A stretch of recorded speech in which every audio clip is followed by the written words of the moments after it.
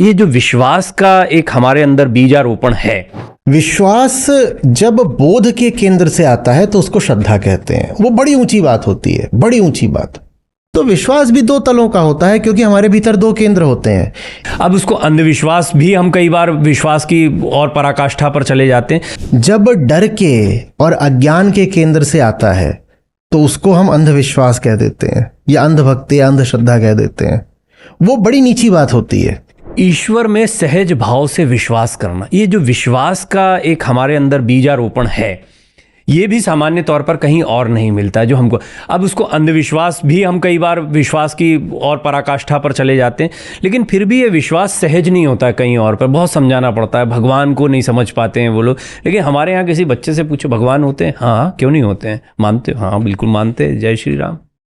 पर धर्म का उद्देश्य ये नहीं होता कि आप में कोई मान्यता स्थापित कर दी जाए। धर्म का उद्देश्य होता है आपके जीवन में आपको दुख से मुक्ति मिले, ये होता है। विश्वास जब बोध के केंद्र से आता है तो उसको श्रद्धा कहते हैं। वो बड़ी ऊंची बात होती है, बड़ी ऊंची बात। लेकिन वही विश्वास जब डर के और अज्ञान के केंद्र से आता है तो उसको हम अंधविश्वास कह देते हैं या अंधभक्ति या अंधश्रद्धा कह देते हैं। वो बड़ी नीची बात होती है।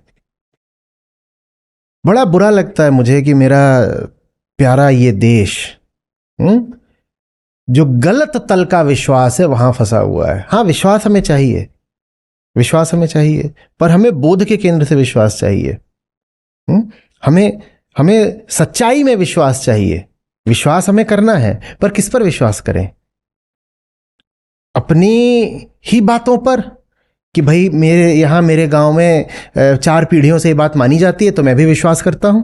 हमारा विश्वास ऐसा हो, या हमारी अटूट श्रद्धा हो कि सत्यमेव जयते, सत्य के अलावा कहीं नहीं झुकूंगा, ये श्रद्धा है। निष्काम कर्म करूंगा, परिणाम चाहे जो आए, परिणाम की परवाह नहीं करूंगा, ये श्रद्धा है, ये विश्वास। तो विश्वास भी दो तलों का होता है क्योंकि हमारे भीतर दो केंद्र होते हैं। एक जो गलत केंद्र है उससे विश्वास करोगे तो बहुत गिर जाओगे, गिरे से गिरे हो जाओगे। और जो सही केंद्र है, जब उससे विश्वास किया जाता है तो मैंने कहा उसका नाम श्रद्धा होता है। और श्रद्धा बड़ी बात होती है, पर हमने श्रद्धा शब्द को अभी कैसा विकृत अर्थ कर दिया है। वास्तव में आम जीवन में तो विश्वास और श्रद्धा, इन दोनों शब्दों को समानार्थी पर्यायवाची मान लिया गया है कि एक ही बात है। कि श्रद्धा कह दो, कि आस्था कह दो, कि विश्वास कह दो, कि एक ही बात है। नहीं नहीं नहीं नहीं नहीं, विश्वास, आस्था, ये सब एक तरफ की बातें हैं और श्रद्धा बिल्कुल दूसरी बात होती है। श्रद्धा का अर्थ होता है मैंने पूरी जान लगाकर पूरे विवेक से जाना।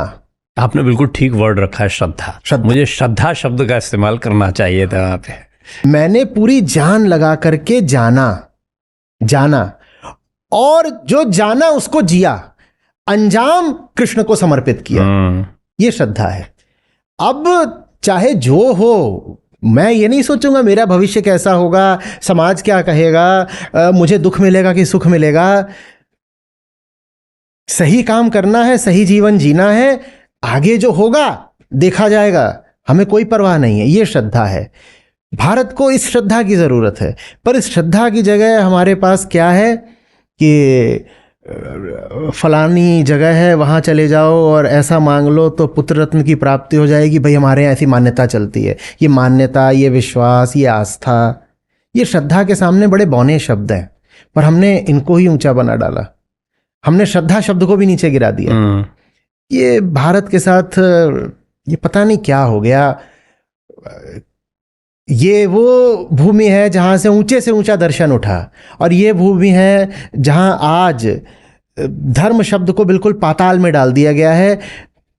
आम आदमी कोई मिले आपको, कहीं मेरा धर्म से ज़्यादा ताल्लुक नहीं, उसका तो फिर भी हो सकता है कुछ स्तर ठीक हो बौद्धिक रूप से और आंतरिक रूप से उसमें कुछ ईमानदारी हो। लेकिन यदि आपको कोई आदमी मिले जो बिल्कुल अपने बाजू पर बांध कर चल रहा हो कि मैं तो धार्मिक हूँ, और यहाँ बांध रखा हो कि मैं तो धार्मिक हूँ, उससे बच के चलिएगा। भारत में जितना पतन धर्म का हुआ है उतना अन्य कहीं जगह देखने को नहीं मिलता। कुछ शायद इस्लामिक राष्ट्रों को छोड़कर, उनको छोड़कर, वो अभी हमसे आगे हैं, पर हम बहुत होड़ में हैं कि हम उन्हें पकड़ लें।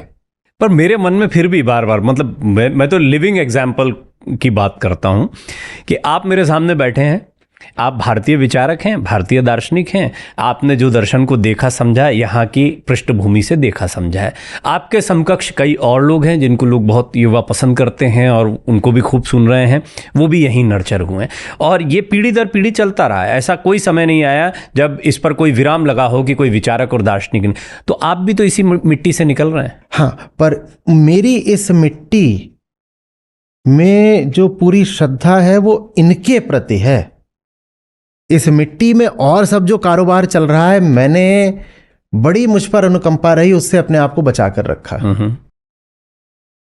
मैं सीधे भगवत गीता के पास गया हूं, मैंने कोई मध्यस्थ नहीं रखा। मैंने कहा कि मुझे कृष्ण चाहिए। जो सामाजिक संस्कार चल रहे हैं उनको मैं धर्म नहीं मान लूंगा। मुझे श्री कृष्ण जो बताएंगे वो है धर्म।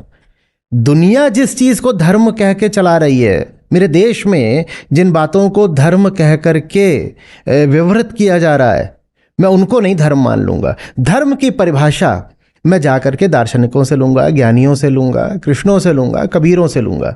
तो इसलिए मैं बच गया कि मैं सीधे जो मूल स्रोत था मैंने उससे रिश्ता बनाया। मैंने बीच में इधर उधर बिचौलिए, इंटरमीडियरीज, इनको जगह नहीं दी। मैंने कहा मैं हूं, मेरा आकाश है, मेरा उससे सीधा नाता है, मैं समाज की बात नहीं सुनूंगा। तो इसलिए शायद मैं बच गया, या जितना भी बचा हूं राम जाने।